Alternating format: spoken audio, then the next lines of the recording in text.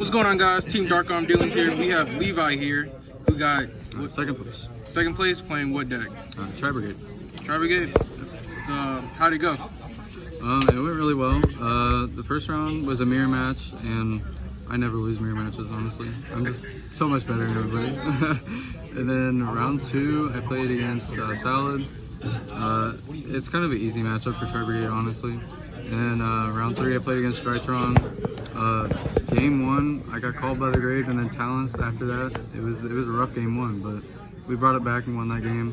And then against the finals, against my friend Mason, who's playing Shadal Invoked, I think our game was really good, but game 3, his hand was insane, so I lost. But theoretically, the deck did really well, and if I didn't get absolutely destroyed in game 3, it would have been fine. But all right, let's go ahead and see the spice. So the main deck is 42 cards. And I do have a little bit of spice. It's not standard. So we have 3 Fractal. I'm playing 3 Karis. Karis is honestly like the best and the worst card in the deck, because obviously you don't want to draw it with nothing. But there is a card that like makes Karis better, and the reason why I'm playing 3. But we'll get into that. And then 3 Kit, 3 Nerval, 12 TopTeirGamingYGO. And then I'm still playing Ram and Rat. And this kind of falls in line with the Karis. There's a reason why I'm playing these, but still making Zeus is really good.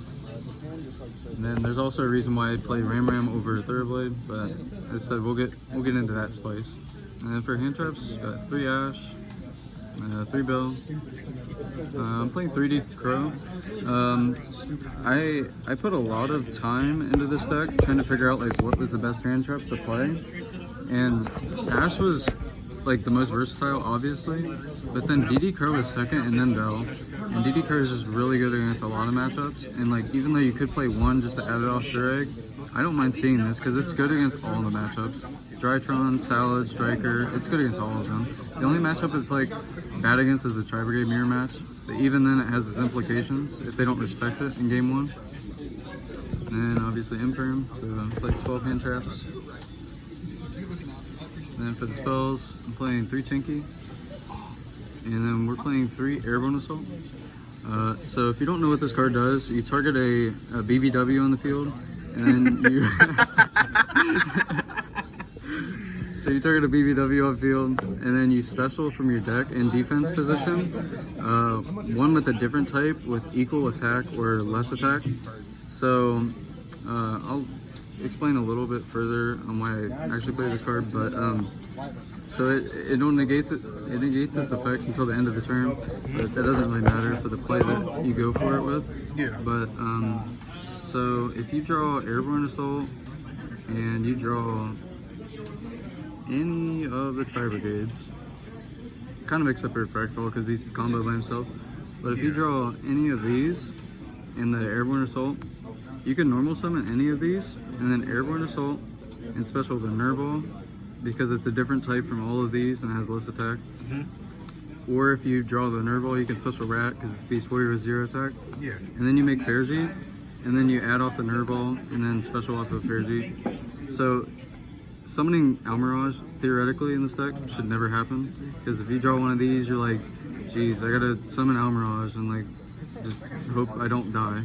But if you play this, you don't need to make Almirage, and I only made Almirage today like 1 time, I think. First me. And yeah, I had the Revolt, so it's funny.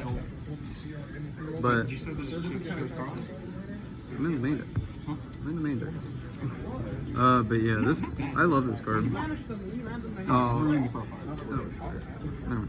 Sorry. So yeah, I love this card, and I really did test out the cat version and the gamma in the deck, but if cat gets impermed, that really sucks. You can actually still normal summon cat and activate this, so if you don't want to play gamma but you still want to play cat, you can definitely play this and the cat. But I just don't like cat that often. Like, it just gets hit by too many hand traps, and if it gets impermed, that's game, honestly. But I love this card, and it outperformed itself all day. And then 3 Desires, and 3 droplets. I love droplets because not only if you're going second and they like try to imperm or Valor your effect, you can just send it for cost and then negate something and half their attack and then resolve your effect. So it's really good in that terms. And then also something that happened today was somebody, they summoned Pancratrops whenever I had Appaloosa on the field, and then they tried to swing into it, and I was like, alright, damage step happens. So this card is way too good, and it, you know, obviously non-targeting negation is just really good. And if you send the Nerval or the kit with it, it's broken. And Call by the Grave. And for the 3 traps, I was playing 3 Reroll. Because of Desires, you kind of have to play 3. But I didn't really miss Strike or Torrential, like all the trap versions. This deck kind of combos really well turn 1, and I expect to get hand traps, and that's why I played the Airborne Assault, just so I can play through hand traps better. And the only time Airborne Assault is really bad is like if you want to make Zeus with the Zeus. So this locks you into Link Summoning. So if you like normal Rat and you want to go into Zeus, then like this kind of shuts it off.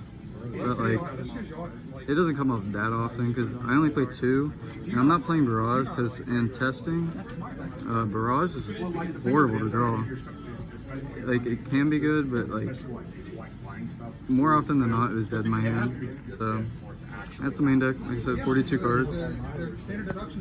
Going into the extra deck, play Fairy Jeep, the Bear Broom, the Rugal, and the 2 Drags. Nothing really to say about those. I will have to say I do want to play a second one, and I know exactly what I would replace it with, but I'll mention it in a second. See that fair did again? You gotta respect the Starlight. Hold up. Yeah. Alright. And then even though I hardly make this card, you still need to play it just in case you have those bad hands. So, and then Double Dragon Lord. This card's really good against any deck that has a normal summon play like Pink Kids or Salad. It just shuts that whole thing down. And then Doom Eagle, just a really good card. And Appaloosa, kind of need to play it. And then I'm playing Access Code for game, and I'm also playing Avramax.